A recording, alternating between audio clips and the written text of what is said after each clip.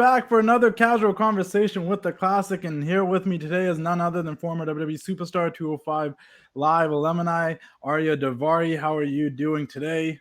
I'm doing great, man. Thank you for having me on here. I'm a big fan of your Instagram page. I always have I been. was I was gonna say so. Yeah. I was gonna start off a little bit of that because I was like, I remember meeting you in Arizona because Yes. we were on the weekend, and we were at that arcade bar, which everyone just happened to be at. Hmm. And I saw you, and me being me, like as much as I've had the privilege to socialize with certain superstars and whatnot, I still have that like perception of like I have this theory that once you're over a certain age, you shouldn't be running up to wrestlers and like asking them for pictures I agree. and I like agree. stalking them at Yeah. hotels or airports. So Yeah. so I'm not in that age group no more. So I try to let Yeah. people be because I'm like I Of course. understand. But I saw you and everyone was kind of socializing there and that. And I'm like, well, I'm Yeah. just gonna go say what's up and I'll introduce myself and I'll do it in a way where I'll be like, oh, do you want a drink? I'll grab you a drink or Yeah. something, you Of know. course. And you were really pleasant. It was really nice to meet you. And you're like, oh, I love your page and stuff. And I was gonna bring that up. But it really meant a lot to me. So thank Yeah. you. I mean, we have when we were on the road, you have a lot of like time to yourself, dead time. So I feel like in this day and age, everyone's just on their phones all the time. So I found like a handful of Instagram pages that just like post old wrestling stuff because that's the shit that I still watch. Like I don't watch a lot of like like I didn't watch current WWE. I should say that. Yeah. But I still watch like tons of old WWE stuff. So when you were always posting that stuff, it was just kind of fun to kind of relive your childhood a little bit, like just through your phone real easily. Because sometimes like that's the shit I want to see. It's not like I'm trying to go back to watch maybe really long matches. You just post like good clips and stuff like that. Like, I remember this promo and shit like that. Yeah. Like, it's just fun to look at when you're kind of just going through your phone and stuff like that.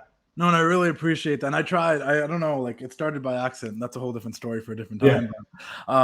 But, every time I got to see wrestlers following and I got to meet them, they're like, no, like when we're on the road, we love looking at your clips. I think Yeah. he goes by Dax Harwood now. Yeah. He said the same thing to me when I bumped into him. He's like, no, he's like, honestly, he's like, we're just on the road and it's just fun going down your page and looking at it. And I'm like, Yeah. oh, I appreciate that. So Yeah, I nice. appreciate it. I'm glad you're on the show. I'm glad we Yeah. found out to do this. I know we talked about it like right after Yeah. the Yeah. race happened. You're like, I'm gonna come on. I'm like, sure. We're Yes. getting closer to the date that you're back out there, September 23rd. Yes. It's around the corner now. Yes. Looking forward to that. But like, how's the 90 days been? Like, what have you been doing to prepare to get back on the road? It's been great, honestly. Like just having a little bit of time off. Like I kind of mentioned before how we obviously just had some time off because of Yeah. COVID, but in reality, it was actually like 90 days. It was like March till August, maybe a little bit more. But that was just such like a weird time and stuff like that. And like wrestling was not good and stuff like that. So these 90 days at being home right now it's been nice to like relax and like, I get to go to the gym every day. I'm waking up in my own bed, not feeling like shit. Like my neck and back feels great and all that kind of stuff. So it's nice to decompress a little bit, go on some vacations. I was just in Las Vegas last week, not related to SummerSlam, just kind of hanging out. So it's been fun, but it's been cool to like catch up. I'm using these 90 days to catch up on all different types of wrestling. Like I'll be honest, like I'm not really crazy about watching WWE stuff right now. So it's given me an opportunity to go and watch a lot of Impact, a lot of AEW, a lot of New Japan, MLW, NWA, Beyond Wrestling, like all these different things. I said, this is hopefully where I'm heading now. So I should be far more familiar with all the other products than WWE because my time in WWE is done. So I'm not really interested in what they're doing anymore. Isn't it like such a blessing that the time that we're in right now, that wrestling is kind of just booming everywhere?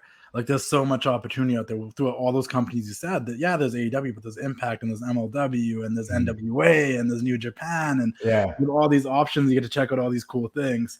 Are you excited for all of that?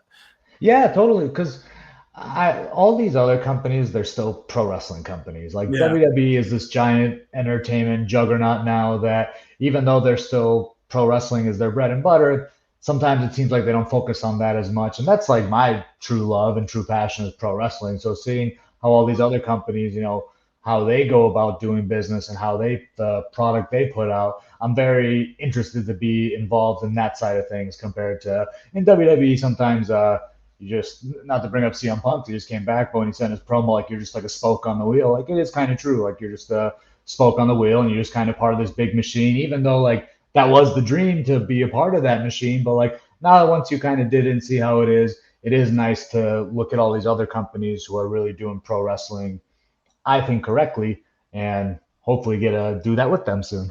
And to your point, like you kind of said it there, like you got to do it. So like you've had that experience. You reached Yeah. that dream. You got to work at the WWE. And Mhm. WWE's like Disney, right? Like they're Mhm. the brand name, and everything Yeah. else is everything that's up and coming and still keeping it old school and real rather being so corporate. Yeah. And you got there, you got to live it, you got to do it. And now you want to see what else is out there. So like Yeah. yeah, and like the door is not closed for you to ever go back to WWE there, I suppose.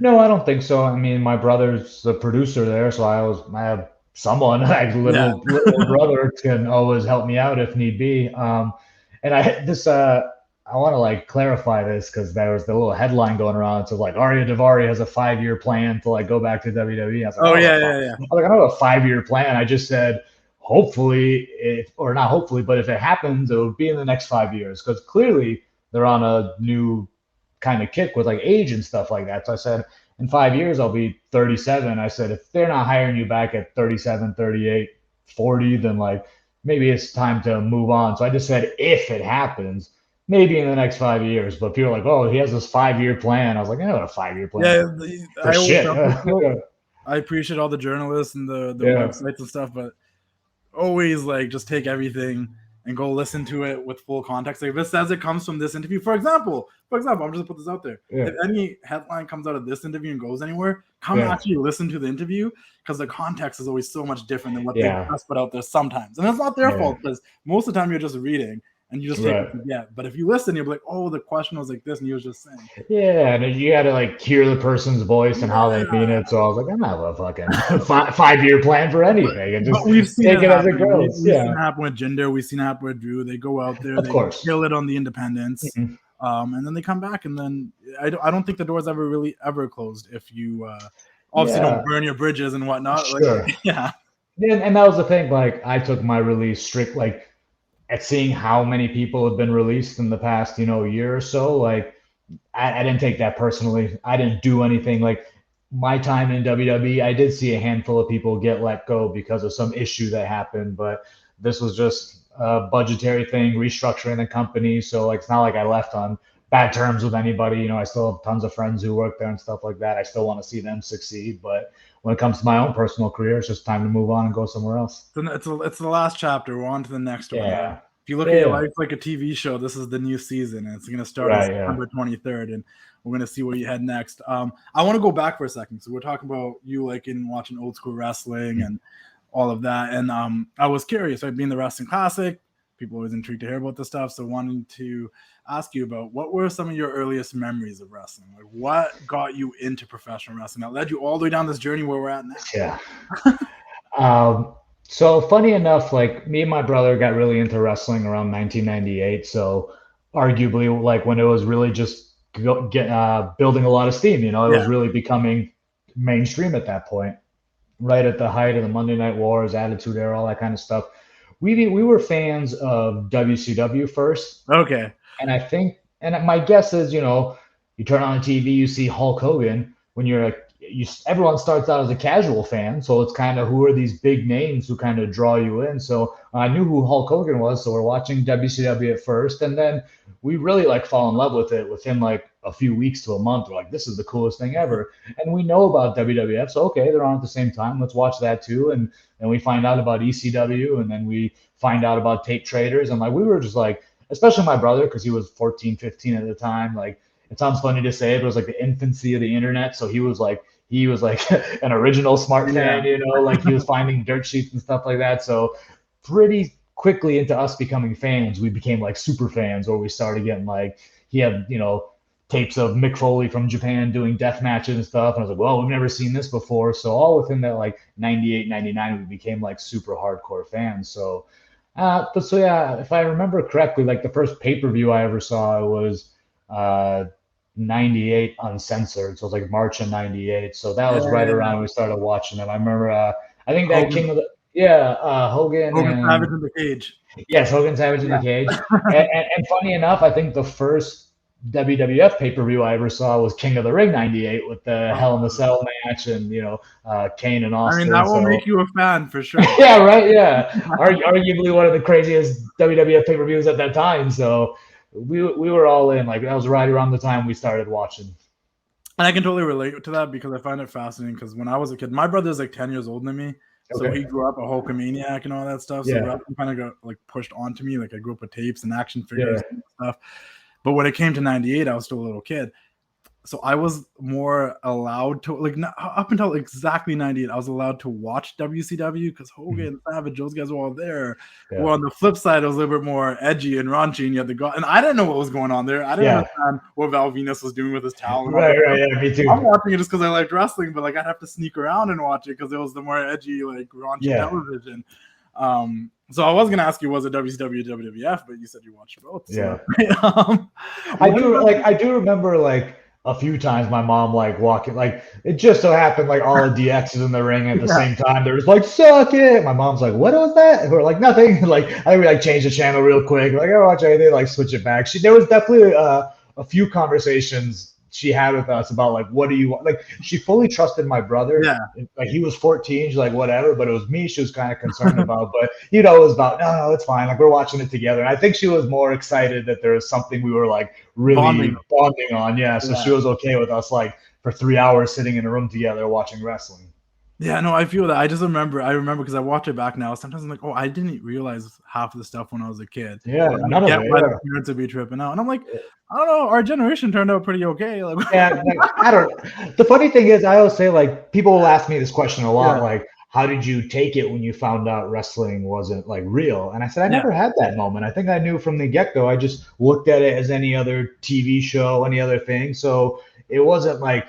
I was still aware I was watching a TV show even at a young age. So like, even though like I'd wrestle with my friends, I was smart enough to know like, oh, if I go to school and do middle fingers and say, suck it, like I'm going to get in trouble. Like I didn't need to like, have that explained to me and shit like that. It was just pro wrestling was like this cool little like secret thing in my life. Have you ever noticed that you brought up wrestling with your friends and stuff? And I did the same stuff, like, your front yard backyard, you'd be wrestling on the couches and whatnot. And obviously prior to like really knowing what wrestling was, like, when like once again, like you, I kind of knew there was something to it, but like I didn't know now. But I was like, it's so funny that when we'd wrestle with our friends or I'd play with action figures, like we kind of like do what was happening. Like my friend would be punching me, and I'd be like, okay, now it's my turn. I'm coming at you, and I'm like, no, like wait a minute. You figured it out early before we even knew. Yeah, you figured it out early. Yeah, I was like, oh, that's crazy. That's crazy. But when did you decide? Like, was there a moment where you're like, I actually want to pursue this? Like, what was that? Like, was there a key moment or inspiration? I mean, like, oh, I'm gonna do this. Yeah, I mean, when my brother started wrestling, he started first. Yes, he started wrestling. Like I said, we became fans right away. So we became fans at '98. He started wrestling in '99. Like he like wrestled with his buddies in the backyard and stuff, and then he found the wrestling school in Minneapolis and started getting trained and like just doing like indies and stuff like that. So seeing him do that, I said, okay, when I'm old enough, like there's a place to go get trained and become a wrestler.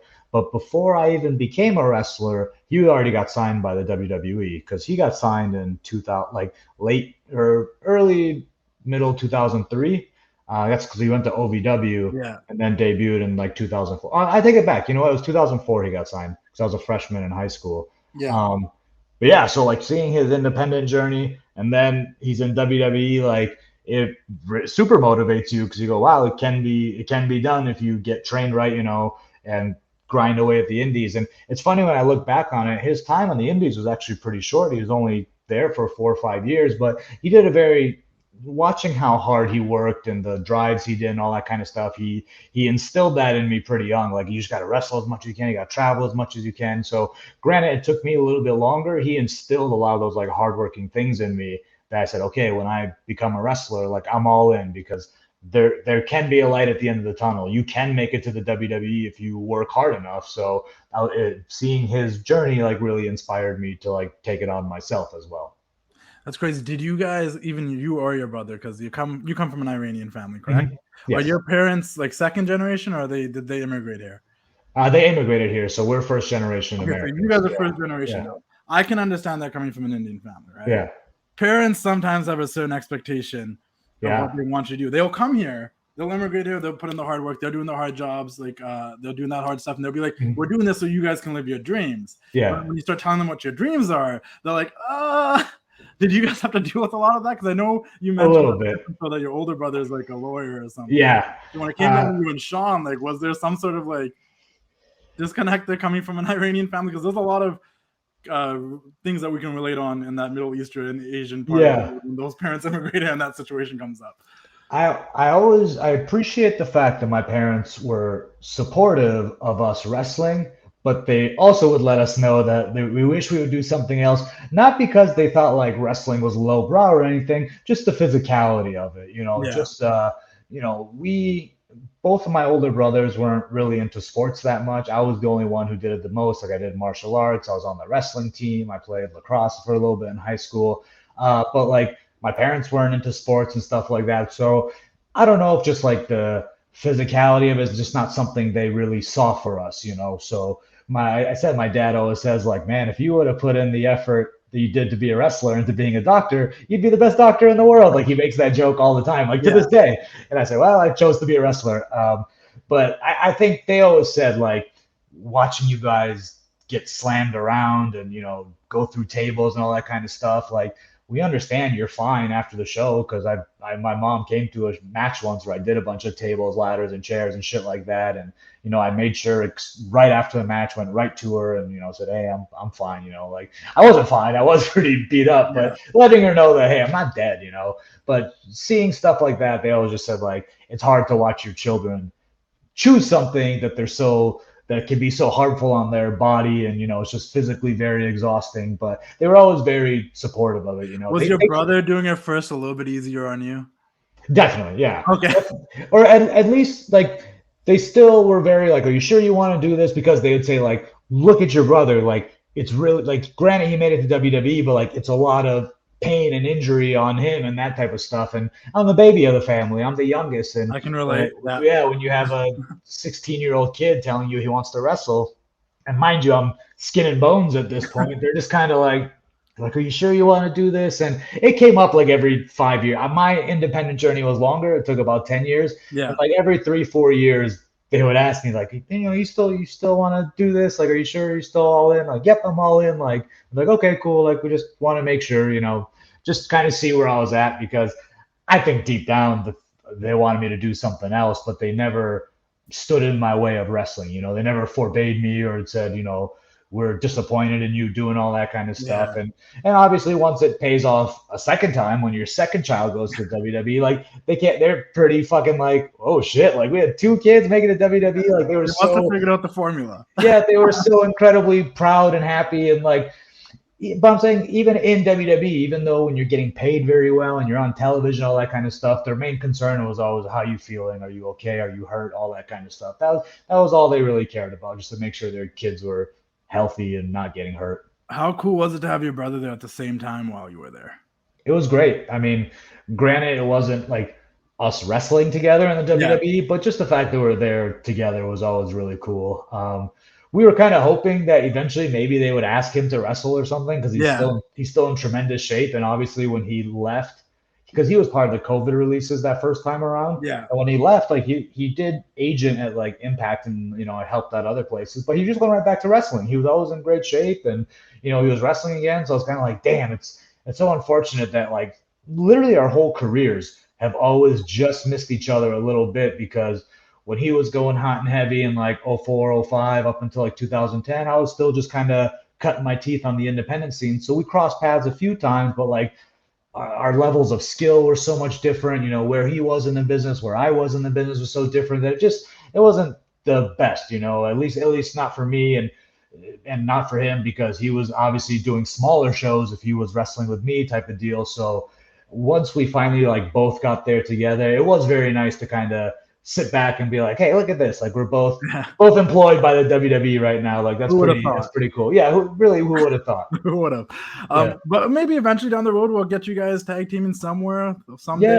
And I think that's like the dream. I think a lot of people would love to tag team with their brother. I always used to joke around with the Singh brothers, Hollywood boys. I'm like, it must be nice to always have each other at all times. Of course, yeah. And they're from here. I've met them. I've watched them when they were in Independence and stuff. Like, and I'm like, it must be nice that you guys always at least have each other. Like, you're out there in all situations, like you got each other, and it's a nice feeling, right?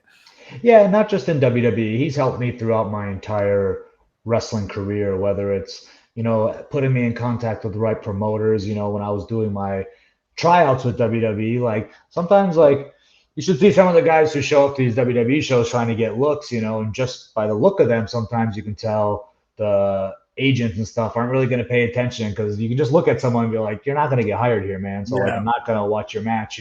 He was, and I didn't have that problem, but he still took it upon himself to like email some people, hey, my brother's going to be an extra. Can you please like give him a serious look? So that's why anytime I was wrestling in the ring, I actually knew the agents and William Regal and that referees. Okay. Everyone was actually watching and paying attention. Like I felt like every time I was there as an extra, it was treated almost like a tryout for me, like that was always kind of nice. So him doing that always helped out, and just having a good reputation. So many promoters or other wrestlers who I meet over the years were just like, oh man, like I worked with your brother, he was great. So whether that got me an opportunity in another company or just meeting some other people, like him just having a good reputation. So he really helped pave the way for me, and it's something I'm always very grateful for. Did you ever get to like hang out backstage and stuff during his first run? No, the only thing I did kind of like backstage at that time was in Wrestlemania 22 was in Chicago. Okay, yeah. And that was when my brother was managing Mark Henry, and he was wrestled The Undertaker. Unfortunately, like a week before, Undertaker like tombstoned my brother on the casket on Saturday night's main event. And like, I don't know if it was the day of WrestleMania or shortly before, they told him like, we want you to like, you got killed by The Undertaker. You have to sell that. Like, you're not going to be on WrestleMania this year. So that's why Mark Henry just went to the ring by himself. So he still got us tickets, and we still drove because it was just like a 6.5 hour drive to Chicago. So me and my dad drove there. That WrestleMania, we got to go to the after party, which is really nice. So that's where I got to meet a lot of the wrestlers for the first time. But it was a very interesting place to meet a bunch of wrestlers for the first time because like, they just did their biggest show of the year. So a lot of them obviously like trained super hard. It was a lot mentally and all that kind of shit to get ready for WrestleMania. So the fact that it was immediately after that show was done, it was cool to see everybody like letting loose, having drinks, having a good time. So like the first time I got to meet a bunch of WWE wrestlers at the time is literally while they're all like partying and having a great time. How old were you at that point? I was 17, so like, okay. I knew what was going on. I was already like drinking with my friends and shit like that. Like, I was the first time I met John Cena, like he had like a big bottle of Bacardi or something, and he was like sitting by himself, or not by himself, with one other person just kind of talking. But yeah, everyone was like super cool. Because like I said, everyone seemed to be in like a really good mood because like I said, the biggest show just the end of the week. It was the end of the week, so everyone was partying, having a good time. So it was, my brother taking me, hey, it's my little brother. Like, oh, what's up, kid? Slap me on the back. I was like, oh shit, yeah. Was there any specific memory you took away from there from someone you met other than John Cena with the Bacardi bottle? Probably talking to the Undertaker because obviously because of that program they were doing, him and my brother got on better terms at that point, and he introduced me. And then said like, hey, my brother's thinking about becoming a wrestler as well too. And he was super cool, super like supportive about that. Oh, you want to get in the business? That's great. Like, hey, just give me some, hey, it's a long road ahead. Make sure you really stick it out. Just all very like encouraging stuff. Yeah. And so Johnny Laurinaitis obviously works in WWE, and his dad, Animal. Yeah. I'm friends with their kids because we all went to high school together. I was gonna say because Minnesota's got a pool of wrestling legacy. So they were there as well too, like the whole Laurinaitis family, and they were obviously much more comfortable because they've been a part of the WWE family forever.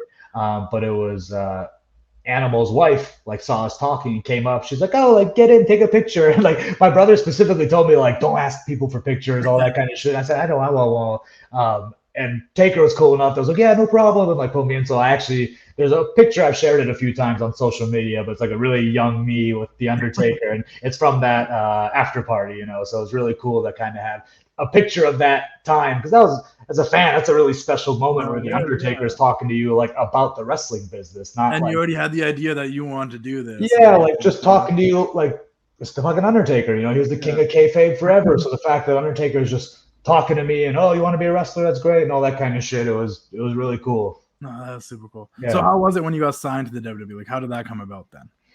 So I had like my tryout. I did a NXT tryout. It didn't, I didn't get signed out of it, which is kind of unfortunate, but turned out for the best. That was March of 2014. It was Okay. the same. In my tryout was like Kevin Owens. He was in that. He got signed out of it. And like Roderick Strong, ACH, Willie Mack, Rocky Romero, Hammerstone. Really, when they were going through the independents and finding It was, yeah, problem yeah. people, It yeah. really was, yeah. I actually remember a handful of the Ring of Honor guys had to like leave after the second day because they like had a show to do. So Yeah. like they were really starting to go in that direction. So I didn't get picked up out of that. So I was kind of like, damn, like, what do I do now? I guess because I kind of thought like that's it. Like if WWE, if you had an official WWE tryout and they said no, I was like, well, what do I do from here? So I just kind of kept wrestling, and that's when I set my focus on like other places. So I did a tryout camp with Ring of Honor, and I got a couple shows out of that. But then when they came up with the CWC, that's how I got invited back in to come work for WWE. But again, I was told that was a one-time deal. You know, Yeah. like we just have this one-off tournament, but it just kept turning into more and more bookings. Like obviously, they signed a lot of guys out of it. I was fortunate enough that I was one of those guys. But I started getting like, it was like indie bookings. Like they would just like bring me in for one Raw and then like one NXT and then like another Raw. Then we did a pre-show of a pay-per-view. Like we did Yeah. all this stuff without a contract. Like Oh, we had no no, way. Okay. and they weren't even telling us like, hey, we're getting things ready. We're sorting the paperwork. I was just getting calls from NXT like every couple of weeks to like, hey, do you want to come? Like, are you available to do Monday Night Raw? Like, of course I'm available to come do Monday Night Raw.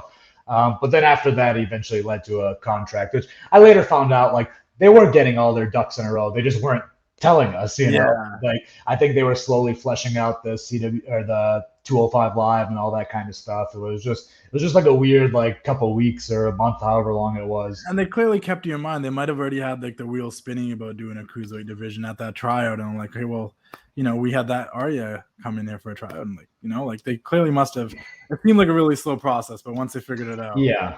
yeah, And that was the other thing too, that like once I got to the CWC and felt the vibe of it, everything, I don't think I was necessarily a person who was even gonna maybe be offered a job because there yeah, was a handful of guys like Noam Dar and like Lince Dorado and the Bollywood Boys and like TJ Perkins. Like some of them got their contracts before the CWC even happened, and some of them got it during it. And like nobody talked to me about that kind of shit. So I really took it as like, oh, this just must be a one-off situation. It wasn't until after my match with Ho Ho Lung that like the office slowly kind of figured out that he was still very new to wrestling. There wasn't a lot of wrestling in China at that time. He was kind yeah. of how they were hoping to parlay all that.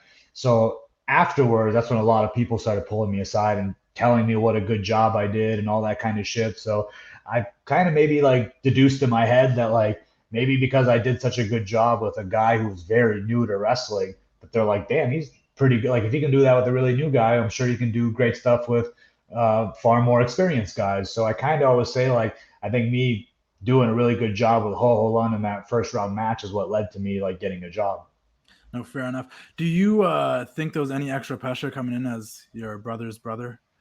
Yeah, definitely. Like I'm I was very happy that like I was brought in through the CWC because WWE treated that as something real. It was a really cool opportunity, you know. Like Yeah, had I just been signed off the independent scene and went to NXT and just did it the very like normal way, I think yeah, there would have been a lot of comparisons. But I think when the WWE for the first time in a long time is doing a big tournament and it's supposedly the most some of the best cruiserweights in the world, unsigned talent, all that kind of shit. When you get put in that tournament, you get a little bit of a stamp of like, no, these guys are good. You know, WWE wouldn't fill this tournament full of like a bunch of shitty guys. You know, they want good people. So I think having that, like, it took a little bit of pressure off me because I said, hey, I'm coming in with some pretty cool fanfare in this really cool tournament. And then getting moved to 205 Live after that, you know, getting a whole show created because of yeah. the success of the tournament. So I never really felt that pressure. I really felt like I kind of carved my own niche, you know, and it was just kind of like, oh, cool, there's another Daivari and he's doing his own thing. Did they ever consider changing your name or anything, or they wanted to keep you doing it? Because they brought all you guys in on the Cruiserweight Classic, keeping your names, keeping it original, Yeah. giving the backstories. But we did see a few people kind of get their names changed and things. Yeah. Was there any consideration with you, or was it always going to be No, Ariya not, I Daivari? mean, not that I know of. Maybe backstage they thought of it or something, but nothing that was ever told to me. And I think it was twofold. One of it being they wanted to capitalize on anyone who had any buzz to use their real Yeah, name. But I think they were smart enough to know, like, we've had a Daivari in the WWE before, like the fan base will have that sort of familiarity, and they wanted to talk about it. So if they were going to be like, this is Daivari's younger brother, and my last name is not Daivari, it doesn't really make sense, you know. So I think that helped out. I That mean, we had Mr. Perfect Son as Michael I know, Petty, so and I don't think anybody liked that. I think everyone's just like, well, why can't he just be Joe Hennig? Like, not a far stretch something could have happened. I'm just you're right. You're right. It could have been. I think I just lucked out that this tournament specifically, they let a lot of guys keep their names, so they said, fuck it, let him keep his name too. Do you remember a specific time? And I usually like to ask this question because I always think people have cool stories. But do you remember a specific time? Because I think over the years, a lot of us that, like, not a lot of us, I'm not there, but a lot of people that are in the company now or work there or whatnot grew up fans, right? Like, grew up fans of WWF. They watched WWF back in this and that. And I feel like to them, Vince McMahon has become more of an intimidating character when they first get there, like as a personality. Do you remember getting your first compliment from him or a nod? I'm trying to think. I think it was the first episode of 205 Live. Like, Okay.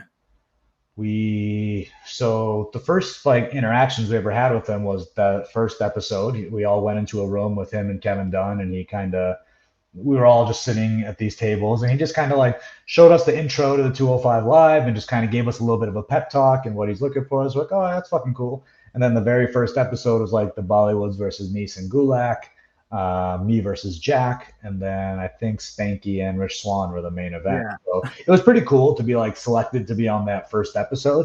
And then me and Jack went out there. We had our match, and like a lot of people don't seem to realize this, but we were really like thrown in the deep end. You know, there was no like, because they wanted 205 Live going right away, there was no like full-blown NXT training for us. Like, we just went straight to Monday Night Raw and 205. Like, we were on Monday Night Raw before 205. So by the time 205 came around, I did start feeling kind of comfortable, you know. But those first handful of Raws was just like, you're wrestling in front of Vince McMahon, like, good luck out there, you know. And you're signed to a contract. Like, eventually we all got signed to a contract, but like, I'm signed to a contract, but this guy's never seen me wrestle before. Like, what if you go out there and wrestle and he's like, who the fuck is this guy? Like, get this guy out of here, you know? So like, we were all just thrown right in the deep end, and it worked out really nice. So when me and Jack had that first match on 205, I remember, like, because he was always very complimentary of our Monday Night Raw work, but it was always kind of shorter matches. When me and Jack went out there and we had a pretty good match, I think, and then it was all in the vein of what he was looking for out of the show and stuff like that. You know, we got to the back and it was great match. Good job, you guys. You know, like,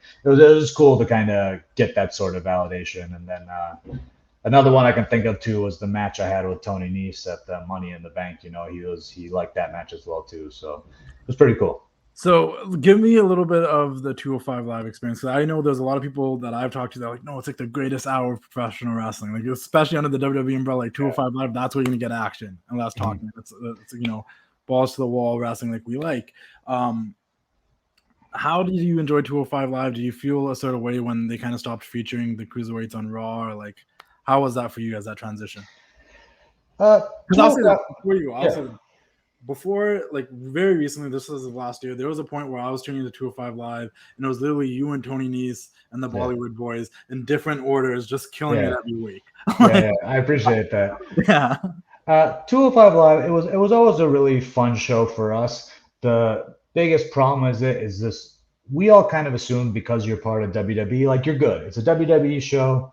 That's all that matters. It wasn't until we got there you realized that, wow, if you're not pushed and promoted and advertised in WWE, it's really hard to get eyes on you, because you start to realize, you go, damn, I guess there is a lot of WWE content. There's Monday Night Raw, which is 3 hours. SmackDown is 2 hours. There's NXT now. Now people have access to the network, which has like just tons of old footage. They can go watch whatever they want. So when you have the show 205 Live that has all new people on it, that was kind of a big hang up where we kept saying we wanted more feature, you know. Can AJ Styles come wrestle one episode? Can Finn Balor, anyone who's under 205, can they come wrestle on one episode? Or let us mix it up with them on Monday Night Raw rather than always wrestle each other. So the biggest thing that was tough about 205 Live, everyone says, oh, there's all these hidden gems on 205. I go, the show was great every single week. Every single week, the matches were very, very good quality, especially for WWE. So I would say the hardest thing about it was it just not getting like promoted or enough attention from the office or getting any sort of love or representation.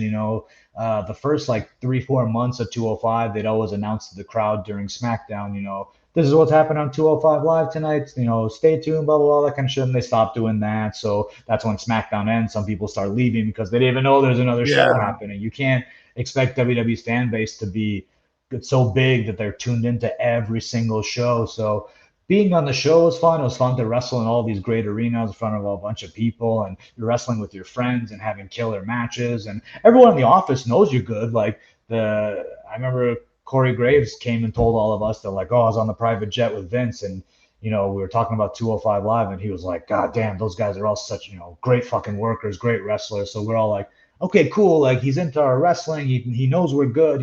That's all your main concern is Vince McMahon think I'm a shitty wrestler or not. So we all got the stamp that we're good wrestlers. The office is always telling us how good we're doing and all that kind of shit. But then on the flip side, I was like, man, you guys aren't promoting us enough or stuff like that. So it was hard to get eyes on the show. And if there's not a lot of eyes on the show, that's when some people deem it as failures. And that's when the fans, so not the fans of 205, but people who didn't like 205 were like, nobody's watching this. Like, these guys must suck. And I go, no, you just don't understand that it's hard to get. We need to be promoted by the company.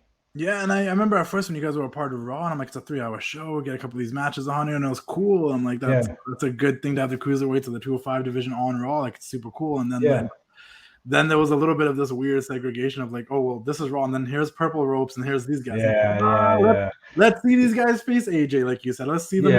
And then like, let's have Pac wrestle with Rollins again. We've seen it. I mean, Neville at the time. Yeah. But, you know what I mean? Like, I get where you're coming from. But for those that are like, go on the network, watch these episodes of 205 Live, because you guys got to do some of your. You had like the freedom to kind of do some of you guys' best character work on that show. Yeah, people might not have got to see. So like, how did you come up with the Daivari Dinero character? Because that was like, it was different than the typical stereotypical like you're Iranian, I'm gonna be anti-America. Like it was different. Yeah. So like I wasn't really doing the chic thing on the indies anymore. Like some places I was doing it. Sometimes I'd wear the head scarf and all that kind of stuff. But I just knew like I didn't really want to do that anymore. I just wanted to kind of be myself. Well, when I got and even in the CWC, I was just myself. Well, until we moved over to Raw, I was like, well, I know Vince McMahon likes characters. Maybe I'll do the character again. So I started kind of doing the chic thing a little bit more, but I just wasn't really into it.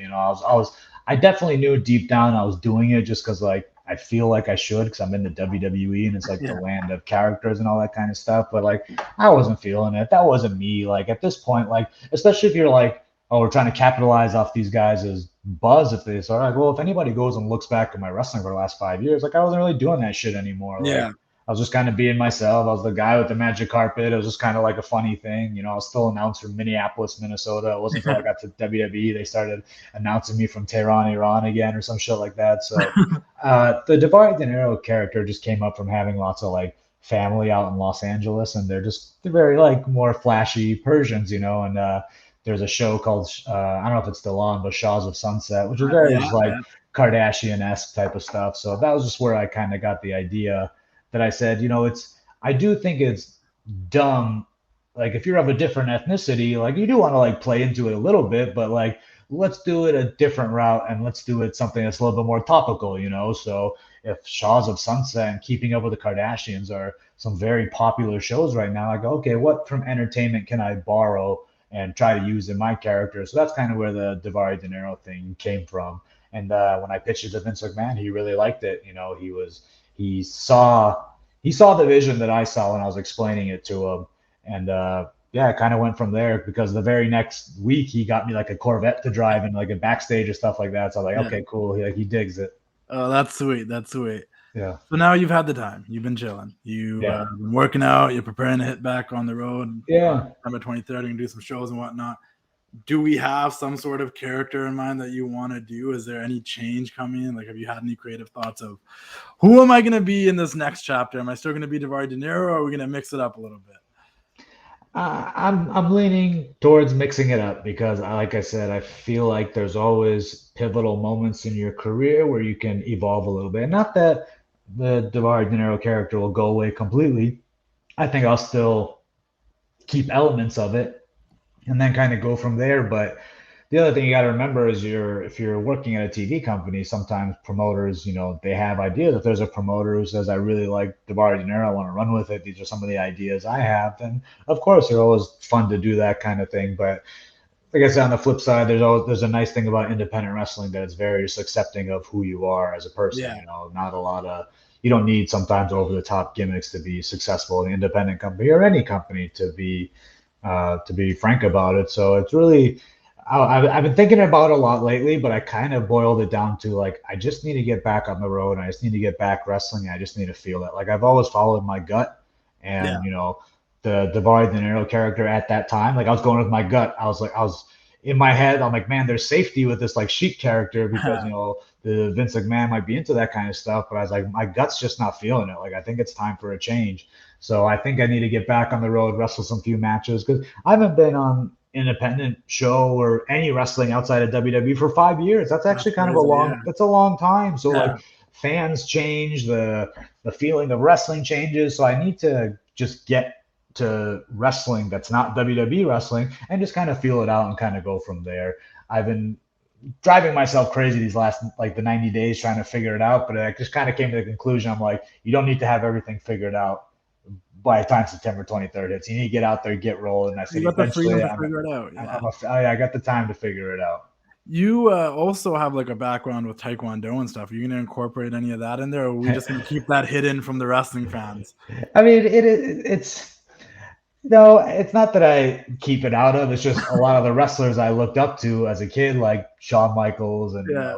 and Triple H and Stone Cold, Kurt Angle, Guerrero's, Benoit's. You Like want I that was kick want, and stuff like yeah, I that. want to like wrestle like they do, just kind of classic pro wrestling. But I mean, I do like to throw it in there a little bit. I was doing more of that stuff on 205 during this last run, just kind of figuring out a way to just kind of brutal because I do have like a really good like high right leg kick. I can like head kick people, and We it's don't also know. You don't show us. it's funny because I watch it. I can definitely tell which wrestlers are like, oh, that's just a pro wrestler who learned how to kick really high up, and Yeah. who's actually like trained. Like when I see like a Kyle O'Reilly, I'm like, that's someone who has like very proficient skills and knows how to throw an actual kick. But I'll see some other guys who just like their leg just reaches the person's head. I can look at their back foot. I'm like, yeah, they're not pivoting on their back foot. They're not turning their hip over. Yeah. Like that's a shitty head kick type of stuff. Yeah. Well, maybe we'll see you bring that out a little bit. Once Maybe. again, maybe it's one of these characters you'll test out or something. We'll see. Yeah. Also, lastly, actually, not even lastly, another question I had for you was also thinking about going out there now, September 23rd. The wrestling scene is bumping right now. There's people all over the place. Are there certain people that you're looking forward to work with? Do you have any names that you've thought about working with? Not really, but there's guys in every company that I'm looking forward to working with, because the tough thing about 205 is that like we were always wrestling each other and we're all just kind of roughly, 5'10", under 200, 5 pounds, all that kind of stuff. I'm really looking forward to finally be able to like step out of like I'm not just going to wrestle cruiserweight guys. I want to wrestle everyone, big guys, small guys. Sometimes I like big clashes and differences. There was a guy on the Minnesota scene called Mitch Paradise around here. He's a big dude. He's like 6'5", 250. We had a lot of fun matches of him picking me up and trying to throw me around and flying all over the place. So I haven't had to do that type of experience in a long time. It's been doing a lot of just fast-paced cruiserweight matches. So I'm hoping to hopefully, and not that I'm against doing that stuff. Those matches are fun as shit, Yeah. and crowds love that kind of stuff. But I'm looking forward to wrestling bigger guys as well too, just so I can, because that's how I always felt pro wrestling. Like most of my career, I always kind of assumed I'm like, as a guy who's 5'10", I got a big road ahead of me because I'm going to be wrestling guys a lot bigger than me and shit like that. So it was kind of weird being put in this cruiserweight division. Like I'm just wrestling all the same size guys. Yeah. So I'm looking forward to like finally getting to wrestle different shapes and sizes or women even or stuff like that. So it's hopefully it's that all starts. Yeah, I guess in a way we've seen some people break out of it, but I guess in a way once the cruiserweight division was formed in 205 Live, there was just a certain perception of like your size and those are those guys, and it's probably hard to break out of that, right? It is, especially when like 3/4 of the NXT roster could be on 205 Live, like they're all small guys. So that was kind of our hang up of why we weren't getting moved to that show. Because I was like, well, it can't be like is it a size thing? Because or like the fact that we're labeled cruiserweights like that, like automatically makes you smaller. But I was like, I'm bigger than a big chunk of these guys here in NXT. Yeah. Like they could be on 205, but I don't know. It's like I said, I knew the cruiserweight stamp was going to be kind of a tough thing to get over in WWE. But so that's why I'm looking forward to not necessarily like being strictly just a cruiserweight Yeah. when I get to wrestle somewhere else. What do you think the future of 205 is at this point? I don't know. I just saw something recently that they're gonna allow people over 205 to be on the show. Like I don't know Would you have to why. change the name then? Yeah. I figured eventually they were just gonna change it to a secondary Yeah. NXT show, which I I feel thought they like. were gonna like mesh NXT and 205 together and just that's that. I don't know. I mean, I think because NXT is still only 2 hours and you got a big roster, like, I don't know, just make it another NXT, like a second Yeah. NXT show, like make it their Thunder or whatever, and then you can kind of go from there. Lastly, and I'm gonna give her a plug. She is a friend of the page too. I did listen to your show with Renee Paquette on Oil Sessions, and you brought up this whole conversation about once upon a time in your life you did dream about being a rock star, but you never learned to notice, sing, or dance, which is all cool and everything. That led me to thinking, what kind of music did you listen to growing up? What were your favorite bands? Like what was Ariya Daivari listening to when he's growing up or at the gym and stuff now? Like what is your music? So when I was a little, so right now I listen to literally everything. I can relate, yeah. I tell people all the time. I go when I'm at the gym, my playlist will skip from like Slipknot to like Britney Spears to like Yeah. Dr. Dre to like some new stuff like Trippie Redd, like just all sort of Drake, Yeah. like literally everything. Because now I'm just I feel like when you're younger, you're a little bit more have to like defend your music. Like now I don't give a fuck. Like I'm the same way. yeah, if I hear I like, shuffle and what comes on comes yeah, on. And I have I so got many some different influences with my sister and my brother. And yeah. like, I listen to everything. I don't know. I'll have some NWA gangster rap and then I'll switch over to Selena Gomez. Like it can literally be anything. But when I was a kid, I was far more into like rock music, and like it's funny to look back on now when I was 8 or 9 years old, like getting really into like listening to my own music. Like it's kind of made fun of now, but it's just a lot of the like new metal stuff, like a lot of like Limp Bizkit and Linkin Park and like all that like edgy shit for like an angsty 12, 13-year-old. So a lot of stuff like that. But the cool thing is having two older brothers. Like I remember listening to like the Tupac CD when I was like 8 years old because they had it because I had older brother and stuff like that. But yeah, I mean, like I said, it's always been a lot of rap and a lot of rock. But when I said that thing about like one like be a rock star, like that was always like a thing. I said I would love to be, know how to play the electric guitar and like be in a rock band. Like that's still, if I had to pick, I guess rock music is still my favorite genre. It's probably what I go to like just out of default, but it changes so much of the shit I listen to. I mean, you can still learn how to play the electric guitar. And obviously, you'd have to put in a lot more years. You might not be a pro at it until you're like 50, but like right. No one says you can't start. I know. I think about that all. I thought about that during COVID. I was like, man, COVID is a great time to pick up a new hobby because you're just sitting at home or whatever. But I don't know. It was just kind of a dream I had when I was a little kid. Was there ever a song you listened to, and at some point you're like, yo, like this could be my theme music? Yeah, tons of it. It happens all the time. Yeah, you think of any song that's like a hardcore rap song that has like a good beat. You're just like, yeah, I could fucking like walk out to this. It'd be cool as shit. It's all the time. Just thinking, you hear a song like, damn, that's one thing I love about AEW that Tony Khan is like buying the rights to like real songs. I always thought that was so cool, and like Ring of Honor and ECW, like guys had like really epic songs. Your personality, Yeah, it was always really cool. So the fact that like Orange Cassidy comes out to like that Pixie song, like that's really cool. Or Moxley coming out to Wild Thing. I was like, man, I hope their CM Punk coming out Cult of Personality. Like, I hope that becomes a thing where we start introducing like real songs to mainstream wrestling again. I think it adds a really cool element to it.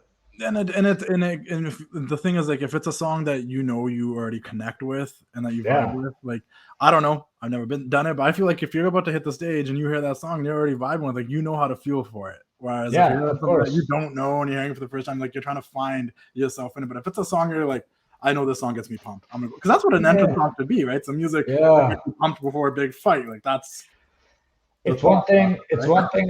It's not to sit here and be like overly critical of WWE because that's like a typical interview, but I feel like they really backed off on like the music department. Like I feel like a guy's song used to like really, and maybe it just matters who you are, but I'd say there's people today who just kind of get like random songs like Roman Reigns, now his new song, like that was the first time in a while that I was like, ooh, like they got a badass new song. Like what a difference it Yeah. makes. You know, it's a fucking sweet song.